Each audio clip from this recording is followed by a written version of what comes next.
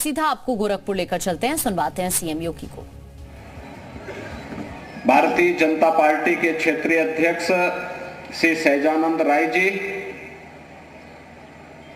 माननीय विधायकगण श्री राम चौहान जी, राजेश त्रिपाठी जी, जिलाध्यक्ष युधिष्ठिर सिंह जी, किसान मोर्चा के प्रदेश अध्यक्ष श्री कामेश्वर सिंह जी,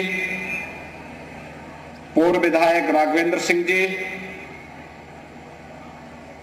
उपाध्यक्ष बीज विकास निगम श्री राजेश्वर सिंह जी,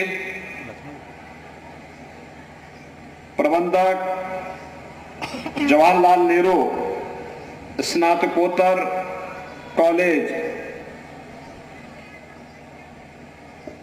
श्री विजय कुमार सिंह जी, श्री धर्मेंद्र सिंह जी, जवाहर कसोधन जी, नगर पंचायत के अध्यक्ष श्रीमती प्रीति सिंह जी, पूर्व प्रमुख श्री श्रवण सिंह जी, डॉक्टर शिवेंद्र सिंह जी, श्री संजय सिंह जी, आज के इस कार्यक्रम में उपस्थित विद्यालय के प्राचार्य डॉक्टर ब्रजेश सिंह जी और उपस्थित बांसगांव से जुड़े हुए सभी उपस्थित महानुभाव, प्रबंध समिति के पदाधिकारीगण,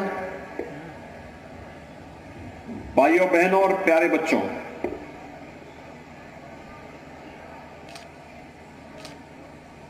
गोरखपुर के प्रमुख समाज सेवी ब्लॉक प्रमुख के रूप में लंबे समय तक इस विकास खंड में अपनी सेवाएं जिन्होंने विपरीत परिस्थितियों में दी, ऐसे बाबू चतुर्भुज सिंह जी की इस भव्य प्रतिमा का आज स्थापना का कार्यक्रम उन्हीं के द्वारा स्थापित महाविद्यालय के इस प्रांगण में संपन्न हुआ है। पर बाबू चतुर्भुज सिंह जी को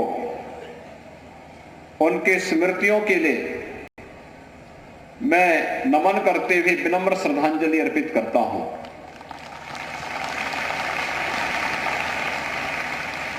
आप सब जानते हैं वे एक वरिष्ठ समाज सेवी थे,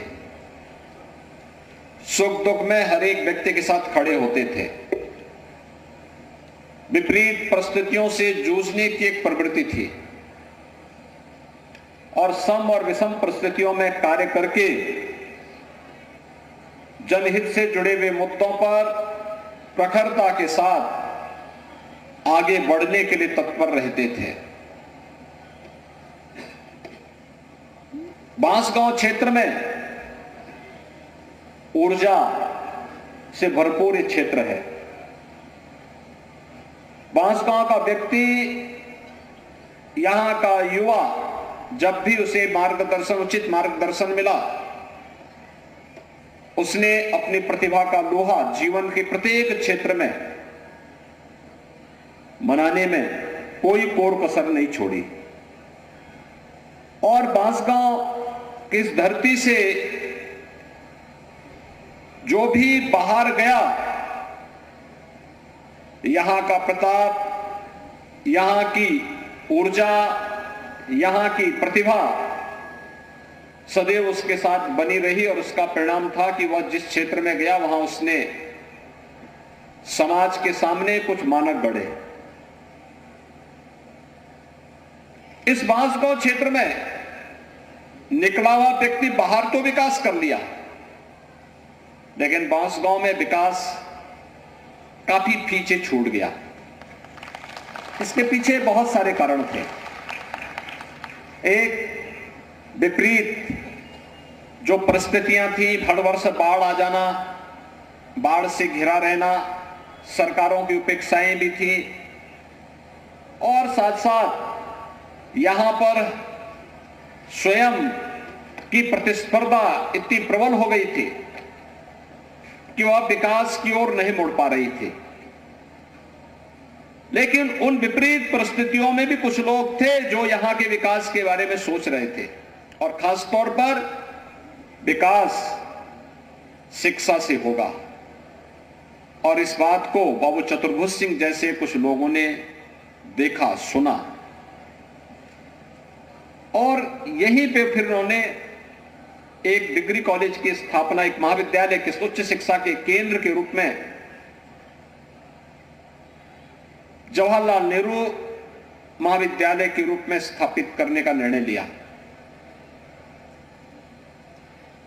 यानी जन सहभागिता के माध्यम से शिक्षा के बड़े से बड़े केंद्र स्थापित किए जा सकते हैं, और शिक्षा के केंद्र जहां हजारों छात्रों के जीवन को मार्गदर्शन देने का काम कर रहे हैं, वहीं साथ ही साथ शिक्षा के इन केंद्रों के माध्यम से ढेर सारे लोगों को रोजगार और आगे बढ़ने की एक नई संभावना भी विकसित होती है।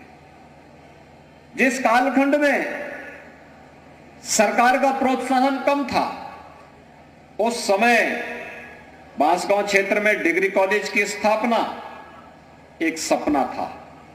भिटोली में कॉलेज था, कौड़ीराम में था, गोरखपुर में था, लेकिन बांसगांव में नहीं था। और बांसगांव में उस समय जस्टिस केडी शाही जी के मार्गदर्शन में, उनके नेतृत्व में, यहां पर बाबू चतुर्भुज सिंह जी ने इस कॉलेज की स्थापना के दायित्व को अपने कंधों में लिया, और देखते ही देखते यहां पे एक महाविद्यालय बना, और आज एक पीजी कॉलेज के रूप में इस क्षेत्र में उच्च शिक्षा के केंद्र के रूप में स्थापित होकर के कार्य कर रहा है। शिक्षा का एक केंद्र बिंदु बनना अनेक रचनात्मकता को आगे बढ़ाने में सहायक हुआ। उसका परिणाम हम सबके सामने है। आज यहां पे विकास की नई नई योजनाएं आ रही हैं, विकास के नए कार्य हो रहे हैं। विकास की इस दौड़ में कोई पिछड़ने न पाए, इसके लिए लोगों ने स्वस्थ प्रतिस्पर्धा को आगे बढ़ाने के लिए अपना योगदान दिया है। ये परिणाम हम सबके सामने है, और इसीलिए जब हम यहां बाबू चतुर्भुज सिंह जी के इस मूर्ति स्थापना के कार्यक्रम के साथ यहां पे सभी सम्मिलित हुए हैं, हम लोगों को याद रखना होगा कि विकास ही लोगों के जीवन में परिवर्तन लाएगा। चाहे वह सड़क का विकास हो, चिकित्सालय की स्थापना का कार्य हो, चाहे वह हर घर नल की योजना हो। जब भी कोई विकास आता है, तात्कालिक परेशानी हो सकती है, लेकिन एक लंबे समय तक उसका लाभ समाज को प्राप्त होता है। दुनिया के अंदर कोई विकास ऐसा नहीं हुआ है कि विकास पहले आया हो और बिना किसी तोड़फोड़ और बिना किसी व्यवधान के विकास की योजना लागू हो गई हो। हमें इन स्थितियों को समझना होगा कि हर घर नल योजना में अगर पाइपलाइन के लिए सड़क खोद करके पाइपलाइन बिछाई नहीं जाएगी तो कभी पूरी नहीं हो पाएगी, अस्थायित्व तो उसमें नहीं आएगा। एक प्रक्रिया के साथ जोड़ना पड़ेगा। सड़क चौड़ीकरण करना है तो अतिक्रमण हटेगा, और अतिक्रमण हटेगा तो अच्छी सड़क बनेगी, तो लोगों का आवागमन आसान होगा। हमें इन बातों को समझना होगा कि जब कहीं पे लैंड मिलेगी तो उसमें शिक्षा के केंद्र भी बनेंगे, स्वास्थ्य के केंद्र भी बनेंगे, टेक्निकल एजुकेशन और वोकेशनल एजुकेशन के भी सेंटर स्थापित होंगे, और वहीं पर निवेश भी होगा, उद्योग भी लगेंगे। हमें विकास के इन कार्यों के प्रति एक सकारात्मक रुख अपनाना ही पड़ेगा। इस सकारात्मक रुख का परिणाम हमारे सामने विकास के रूप में आएगा, रोजगार के रूप में आएगा, उस क्षेत्र के लोगों के जीवन में खुशहाली के रूप में आएगा। याद करिए कितना परिवर्तन हुआ। आज से 100 वर्ष पहले, 150 वर्ष पहले, 200 वर्ष पहले यहां की त्रासदी बन चुकी थी प्लान था, जिसके कारण यहां के लोगों को बाहर जाना पड़ा था, अन्य देशों में जाना पड़ा था, और अन्य देशों में फिर उन्होंने जब मेहनत की, परिश्रम किया, उस देश को विकास की बुलंदियों की ओर अग्रसर किया, तो वहां पर जन विश्वास के भी प्रतीक बने। जन विश्वास के प्रतीक बने, तो वहां का नेतृत्व उनके हाथों में आया। भाइयों बहनों, हम लोकतांत्रिक मूल्यों के साथ रहते हैं। जन विश्वास पर खरा उतरने के लिए जब हम अपने स्तर पर प्रयास करेंगे, उसके परिणाम भी हमारे पक्ष में आएंगे। एक संकल्प होना चाहिए हमारे जीवन का। प्रधानमंत्री जी ने आजादी के अमृत महोत्सव वर्ष में इसी बात को कहा। उन्होंने जिन पंच प्रण की बात की थी, ये पंच प्रण हर भारतीय के जीवन का संकल्प होना चाहिए। और उस पंच प्रण जो थे, उनमें सबसे पहला संकल्प है कि हम विकसित भारत का निर्माण करेंगे। विकसित भारत का निर्माण कैसे होगा? जब भारत आत्मनिर्भर होगा। दूसरों पर निर्भर रह करके कोई व्यक्ति विकास नहीं कर सकता, विकास के लक्ष्यों को प्राप्त नहीं कर सकता। विकसित भारत के लक्ष्य को प्राप्त करने के लिए हम लोगों को आत्मनिर्भर बनना पड़ेगा। आत्मनिर्भरता से विकसित भारत का निर्माण। दूसरा, गुलामी के अंशों को सर्वथा समाप्त करना।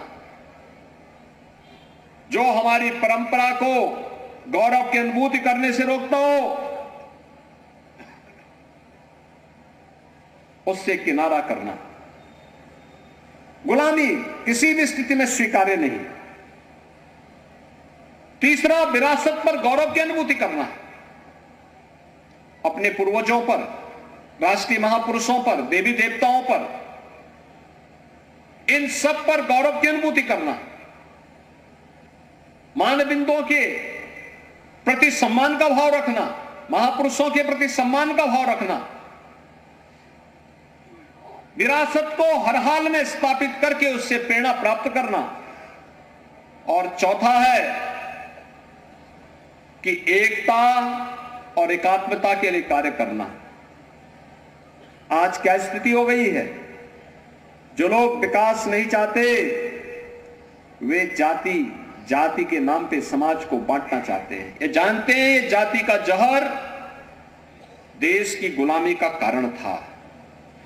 ये जानते हैं ये जातिवाद के कारण हमारा देश गुलाम हुआ था। लेकिन फिर भी उस जहर को समाज के बीच में घोलने के लिए कुछ लोग अपने राजनीतिक स्वार्थों के लिए किंचित भी परवाह किए बगैर लगातार उस जहर को घोलने का कुत्सित प्रयास कर रहे हैं। हमें इसके प्रति जागरूक होना होगा। ये जहर किसी का हित नहीं कर पाएगा। और पांचवा है, जिस पर हर भारतीय को ध्यान देना होगा, नागरिक कर्तव्य। एक नागरिक के रूप में अपने देश के लिए, अपने प्रदेश के लिए और अपने जनपद और अपने कस्बे के लिए मेरा क्या दायित्व है। मेरा यह मानना है कि जीवन के जिस भी क्षेत्र में जो व्यक्ति कार्य कर रहा है, एक छात्र ईमानदारी से अगर अपने छात्र धर्म का पालन कर रहा है, तो ये मान करके चलिए कि वह अपने नागरिक कर्तव्य का पालन कर रहा है। एक छात्र